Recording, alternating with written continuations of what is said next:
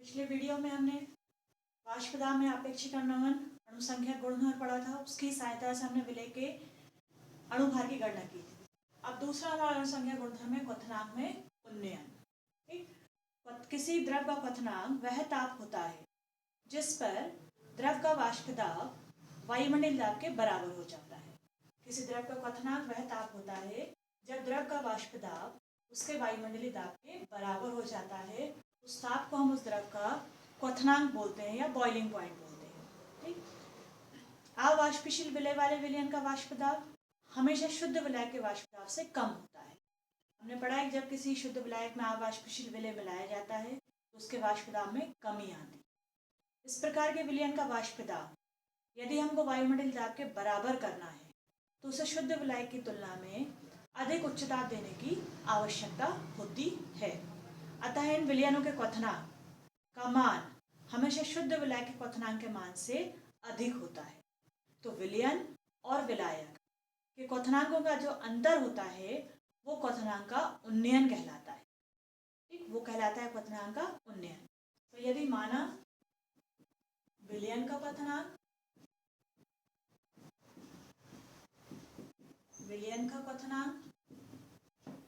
बराबर Tb, शुद्ध विलायक का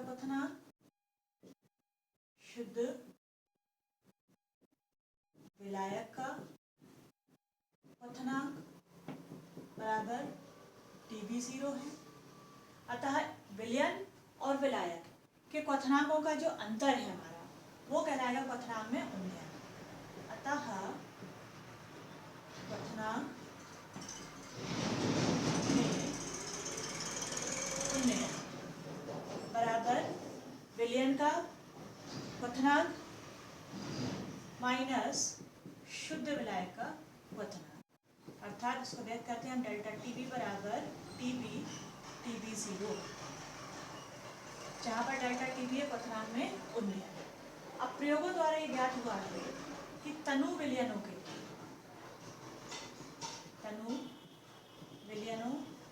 के लिए क्वथनांक में उन्नयन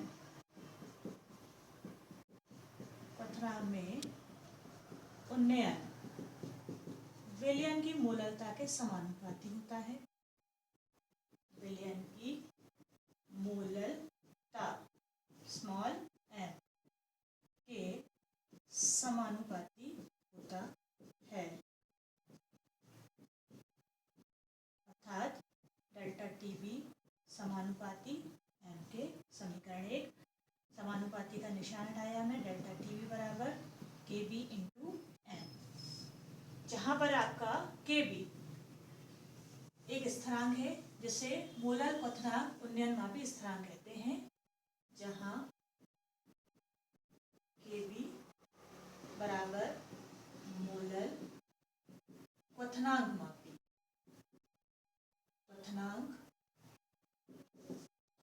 मापी उन्नयन स्थिरांक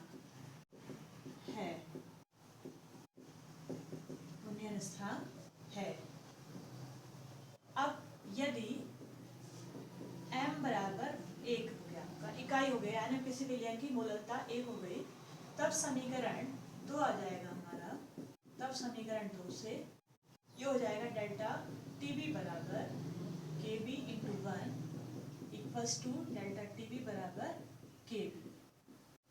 समीकरण 3। तो समीकरण 3 से क्वथनांक में उन्नयन स्पष्ट होता है कि समीकरण 3 से क्वथनांक में उन्नयन एक स्थिरांक होगा जब विलयन की मोलरता इकाई होती है। और विलयन की मोलरता इकाई कब होती है? जब विलय का 1 मोल 1 किलोग्राम विलायक में विलय होता है।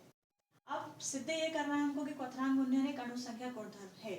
तो समीकरण 1 से स्पष्ट है कि क्वथनांक में उन्नयन विलयन की मोलरता के समानुपाती है और किसी विलयन की मोलरता विलयन में उपस्थित विलय कणों की संख्या पर निर्भर करती है। अतः समीकरण 1 से स्पष्ट है कि क्वथनांक में उन्नयन एक अणुसंख्या गुणधर्म है। अतः क्वथनांक में उन्नयन क्या है हमारा? किसी विलयन का क्वथनांक वह ताप होता है जिस पर किसी द्रव का वाष्प दाब उसके वायुमंडलीय दाब के बराबर हो जाता है। अब यदि किसी शुद्ध विलायक में हम अवाष्पशील विलय मिलाते हैं तो उसके क्वथनांक में कमी होती है या उसके वाष्प दाब में कमी होती है। इस प्रकार के विलयन का वाष्प दाब यदि वायुमंडलीय दाब के बराबर हमें करना है तो उसको शुद्ध विलाय की तुलना में अधिक उच्च ताप पर गर्म करने की आवश्यकता होती है। अतः इन विलयनों के क्वथनांकों का अंतर यानी विलयन का क्वथनांक Tb और शुद्ध विलाय के क्वथनांकों का अंतर Tb0 क्वथनांक में उन्नयन कहलाता है।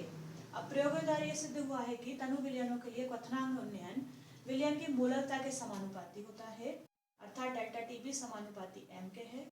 समानुपाती का निशान हटाया हमने तो डेल्टा Tb बराबर Kb m आ जाता है। यदि विलयन की मूलकता इकाई होती है तो डेल्टा Tb बराबर आ गया आपका Kb का। और समीकरण 1 से स्पष्ट है कि किसी विलयन का क्वथनांक उन्नयन विलयन की मूलकता के समानुपाती है और विलयन की मूलकता विलयन में उपस्थित विलय के कणों की संख्या पर निर्भर करते हैं। अतः क्वथनांक उन्नयन एक अणु संख्या गुणधर्म